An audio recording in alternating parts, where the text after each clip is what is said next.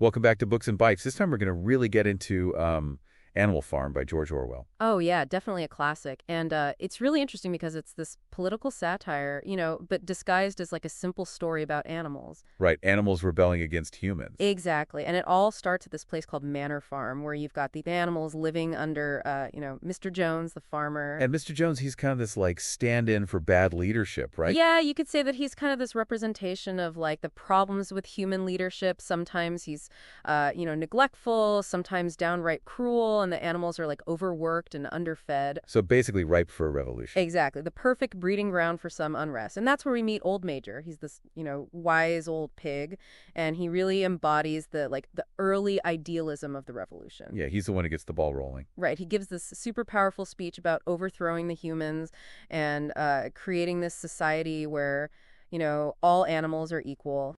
And that idea of equality like really becomes the core of their whole movement. Yeah, it's huge. And they even write it down in their 7 Commandments of Animalism. It's like their constitution for this new society. So they managed to actually pull off the rebellion? Oh, yeah, it's quick and it's successful, driven by, their hunger for freedom and Old Major's words. They kicked Mr. Jones off the farm and what do they call it? Oh yeah, Animal Farm. Exactly, like a total rejection of human ownership. And at first it seems like everything's going great, like they're working together and things are getting done. Yeah, there's this real sense of optimism and productivity. Like it seems like their revolutionary dream is actually happening. But of course it can't stay that way forever. No. Sadly, not cracks start to show, especially in the leadership. Right, with Snowball and Napoleon? Those two, they're both pigs, but they have very different ideas about where the revolution should go. Snowball's all about progress and modernization. Yeah, and Napoleon is more into power plays and manipulation.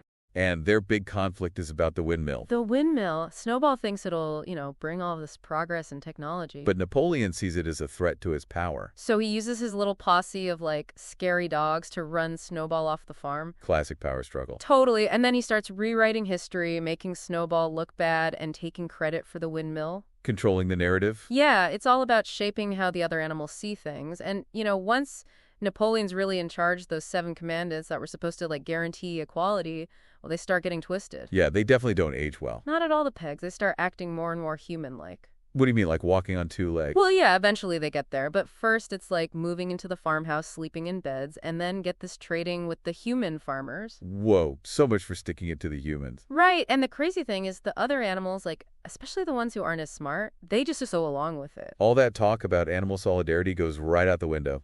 It's sad, really. And then there's Boxer. Oh, Boxer, the poor guy. He's like the ultimate symbol of blind faith. Works himself to the bone for the cause. And what happens?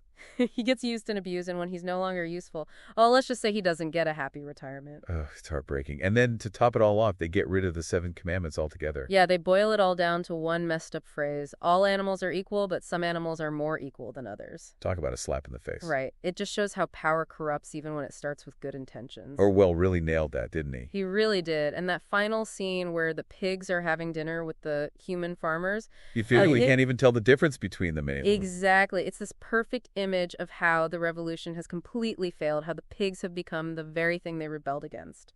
So Animal Farm, it's like a warning about totalitarianism, right? Absolutely. It's a cautionary tale about how revolutions can be co-opted from the inside, how power can be abused. And it's not just about political systems, is it? Nope. It applies to all sorts of situations, wherever you have power imbalances and people trying to manipulate others. It makes you think about how important it is to be aware of those dynamics. Yeah, to be critical thinkers, to question authority, and to fight for what's right. To make sure we don't end up like those animals staring through the window, unable to tell these in charge. Exactly.